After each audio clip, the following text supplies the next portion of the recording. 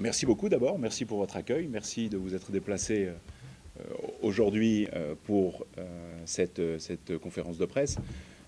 Alors je suis Mohamed Oulkouir, je suis avocat, je suis né au Maroc, j'ai grandi en France, je suis installé au Maroc depuis maintenant à peu près une quinzaine d'années et j'ai au Maroc une activité d'avocat en droit social. Donc je suis aussi président de l'Association marocaine de droit du travail et de la sécurité sociale. Et par ailleurs, j'ai depuis 2014 des mandats de conseiller des Français de l'étranger. Donc j'étais conseiller consulaire en 2014 sur Tanger, puis depuis 2021, j'ai ce mandat de conseiller des Français de l'étranger à Casablanca. Et du fait de ces mandats, de cette vie passée au Maroc, mais aussi au Maghreb et sur l'Afrique de l'Ouest, puisque mes activités d'avocat m'ont amené à me déplacer assez fréquemment dans la région, que ce soit à Alger, à Tunis, à plusieurs reprises ici à Dakar, mais également à Abidjan ou à Ouagadougou au Burkina ou à Cotonou au Bénin. Donc j'ai pu vraiment me déplacer dans toute la zone et faire connaissance avec un certain nombre de nos compatriotes français basés en Afrique du Nord et en Afrique de l'Ouest. Et j'ai constaté au fil de cette période-là la situation particulièrement difficile qui est celle des Français à l'étranger, puisque la France est un grand pays, un beau pays, une belle république avec un certain nombre de principes très forts. Et malheureusement, on ne peut que constater qu'un certain nombre de ces principes s'arrêtent aux frontières de l'Hexagone. Et que quand on traverse les Pyrénées pour venir de ce côté-ci de la Méditerranée, ce qui paraît évident en France ne l'est plus tout à fait ici, notamment en matière d'éducation, de droit à l'éducation, d'instruction gratuite, laïque et obligatoire, en matière de protection sociale, d'accès à la santé, en matière de retraite et en matière plus généralement administrative, d'accès au consulat, d'établissement des papiers, de soutien consulaire. Donc plus globalement, moi je résume cela à travers ce concept d'absence d'effectivité réelle des droits que les Français à l'étranger tiennent de la Constitution française et d'un certain nombre de nos textes fondamentaux. Et ce constat-là, que je ne suis pas le seul à faire, m'a amené à me dire que je peux constater tout cela, le désapprouver, n'en être pas satisfait, critiquer. Mais pour autant, qu'est-ce que je fais réellement et en quoi j'agis pour essayer de faire changer les choses? Et le fait qu'il y ait ces élections législatives m'a donné l'opportunité de pouvoir me dire on va essayer d'agir à travers ce canal-là, à travers cette campagne pour ces élections législatives sur la 9e circonscription. Donc, porter nos thématiques. J'ai un certain nombre de thématiques très claires qui sont dans mon programme de campagne et que je développerai très brièvement. Donc c'est porter ces thématiques, mettre en exergue et en lumière ce diagnostic et véritablement travailler pour faire en sorte que les Français à l'étranger puissent être considérés comme des Français à part entière. On a au niveau de la République française quelque chose d'assez particulier, puisque c'est un État qui parfois à juste titre et un gouvernement va faire la leçon à un certain nombre de pays pour qu'ils respectent les droits fondamentaux de ses citoyens, qu'ils respectent les différents traités internationaux, ce qui est une bonne chose. Mais force est de constater que la France elle-même ne respecte pas un certain nombre de ses droits fondamentaux, de ses traités internationaux, quand il s'agit de ses propres ressortissants basés hors de France. On l'a par exemple sur cette question de l'éducation et de ce droit à l'éducation.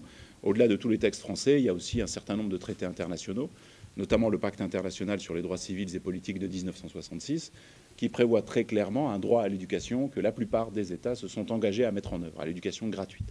On voit bien que de ce point de vue-là, la France est en défaillance vis-à-vis de ce traité et d'un certain nombre d'autres textes. Donc ma démarche en tant que conseiller représentant les Français à l'étranger, en tant qu'avocat, inscrit tout à la fois en France et en Afrique du Nord, et en tant que citoyen français tout simplement, c'est de dire à la République qu'elle doit traiter tous ses enfants de la même manière. Et que les Français à l'étranger sont des Français à part entière, des Français comme les autres, qui doivent donc dans ce cadre-là bénéficier de l'ensemble de leurs droits fondamentaux. Il ne s'agit pas de distinguer selon qu'ils sont franco-marocains ou franco-algériens ou franco-sénégalais, de distinguer selon leur pouvoir d'achat, leurs revenus ou leur situation, de distinguer selon leur lieu de résidence. Il n'y a aucune distinction à faire puisque la loi, de ce point de vue-là, ne distingue pas. Nous sommes tous, quelles que soient nos origines, quelle que soit notre religion, quel que soit le lieu dans lequel nous vivons, des Français à part entière. Donc on doit tous pouvoir bénéficier du même traitement et du même régime, et pas de cette situation de maltraitance civique, économique et sociale que les Français à l'étranger subissent. Donc ce sont ces éléments-là, moi, qui m'ont poussé à m'engager, qui m'ont poussé à présenter ma candidature et qui m'ont poussé, c'est l'aspect le plus agréable et le plus sympathique de cette campagne, c'est d'aller à la rencontre des Français dans les différents pays de la zone. J'ai pu me rendre dans différents pays. Aujourd'hui, j'ai la chance d'être à Dakar et de pouvoir rencontrer un certain nombre de nos compatriotes français ici au Sénégal. Essayer de porter leurs thématiques, de les appuyer, de les aider, parce que ce dont ont besoin réellement les Français à l'étranger, c'est qu'on les défende. Qu'on les défende face à un État qui, à plusieurs reprises, a violé la loi, a violé le droit. On l'a vu, c'est pas moi qui le dis, ce sont un certain nombre de tribunaux français, notamment le Conseil d'État, quand des motifs impérieux ont été mis en place par le gouvernement français pour empêcher les Français à l'étranger de rentrer chez eux. C'est la justice qui est intervenue, c'est le Conseil d'État qui a annulé ces motifs impérieux et qui a fait en sorte que nous, citoyens français, puissions, quand nous le voulions, rentrer et revenir à la mère patrie. On a un certain nombre aussi d'autres textes qui sont beaucoup plus confidentiels parce que techniques, sur la légalisation des actes étrangers, sur un certain nombre de thématiques que le gouvernement précédent a mis en place et qui ont eux-mêmes été annulés par la justice. Donc on a véritablement aujourd'hui besoin de remettre le droit au cœur de la relation entre la France et les Français établis hors de France. On ne demande pas plus de droits, mais on n'en veut pas moins. On veut simplement avoir les mêmes droits, ces droits qui nous sont garantis en tant que citoyens. Donc on veut être traité de cette manière-là. Et c'est pour ça, véritablement, que je me suis engagé, parce que je pense qu'en tant qu'avocat, j'ai des choses à dire, j'ai la possibilité d'apporter quelque chose à nos compatriotes, parce qu'effectivement, il faut qu'ils soient représentés, mais il faut aussi qu'ils soient défendus. Et c'est ce que je souhaite faire et c'est ce que je m'engage à faire si les Français me donnent et m'accordent leur confiance. Donc voilà, globalement, ma démarche aujourd'hui. De manière plus prosaïque, effectivement, on va jusqu'au 5 juin, qui sera le jour du vote. On va sillonner la circonscription, aller à la rencontre de tous nos compatriotes, coaguler toutes leurs expériences, leurs commentaires, leurs réclamations ou leurs propositions, et alimenter ainsi la démarche qui est la mienne, à savoir véritablement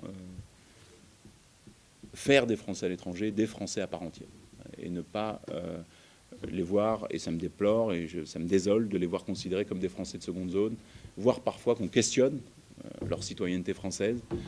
Ça, ce sont des choses que je n'accepte pas et sur lesquelles j'ai décidé de m'engager, sur lesquelles je vais me battre de toutes mes forces pour pouvoir justement établir ce que la France nous a toujours enseigné, nous a toujours appris, ce sont ces valeurs universelles, cette notion de citoyenneté française avec cette école laïque, gratuite, obligatoire, cette question de fraternité, de solidarité entre ces différentes composantes. Et donc c'est cette démarche-là, tout à fait républicaine, dans laquelle je m'inscris. Et un des aspects importants, c'est aussi un des axes de ma campagne, c'est aussi cette relation Nord-Sud et ce partenariat. On ne peut que déplorer qu'aujourd'hui, la France, petit à petit, pour des raisons diverses et variées, se retire, est absente, ou quand elle est là, ne joue pas le rôle qu'elle devrait jouer, ou le joue mal, et ça crée des frustrations ou des tensions localement. Et on a malheureusement un peu perdu cette démarche commune vers une relation mutuellement bénéfique. Et je pense que c'est cela qu'il s'agit de rétablir aussi. La France a des choses à apprendre de l'Afrique du Nord et de l'Afrique de l'Ouest. L'Afrique de l'Ouest et l'Afrique du Nord ont aussi des choses à apprendre de la France. On doit pouvoir mettre tout cela en commun. On a un certain nombre d'outils en commun. On a une langue commune que nous utilisons les uns et les autres. Et tout cela, de mon point de vue, doit être utilisé, doit être mis en commun pour pouvoir arriver à renouer, à rétablir ce partenariat qui est malheureusement un peu brisé. On le voit dans un certain nombre de pays. Il y a un ressentiment anti-France, parfois anti-français. Ce ressentiment-là, s'il est compréhensible, il est mal dirigé. Ce ne sont pas les citoyens français, ce ne sont pas qui vivent dans la région, ce ne sont pas des entrepreneurs français, ce ne sont pas les entreprises françaises qui sont à blâmer. On a eu à constater effectivement un positionnement parfois assez spécieux du gouvernement sur certaines questions. C'est pour ça que tout à l'heure je disais, mais on peut en Afrique se désoler, parfois déplorer l'attitude du gouvernement français, mais cette attitude-là aussi, les Français à l'étranger en ont été victimes. Et donc, de la même manière que réclame un traitement citoyen et égal aux Français situés sur le territoire hexagonal, de la même manière, ces principes universels doivent aussi trouver vocation à s'appliquer dans le cadre de ce partenariat Nord-Sud, où il y a beaucoup de choses à mettre en commun, notamment pour lutter contre le réchauffement climatique et la transition énergétique, qui est maintenant indispensable. Donc ce sont tous ces éléments, ce diagnostic et ces propositions qui dictent ma volonté de me soumettre au suffrage de mes concitoyens et de me présenter pour cette élection législative et faire en sorte que, justement, ensemble, on puisse faire comprendre à nos institutions à Paris que nous sommes des Français à part entière et que nous devons donc, à partir de maintenant, être traités en tant que tels.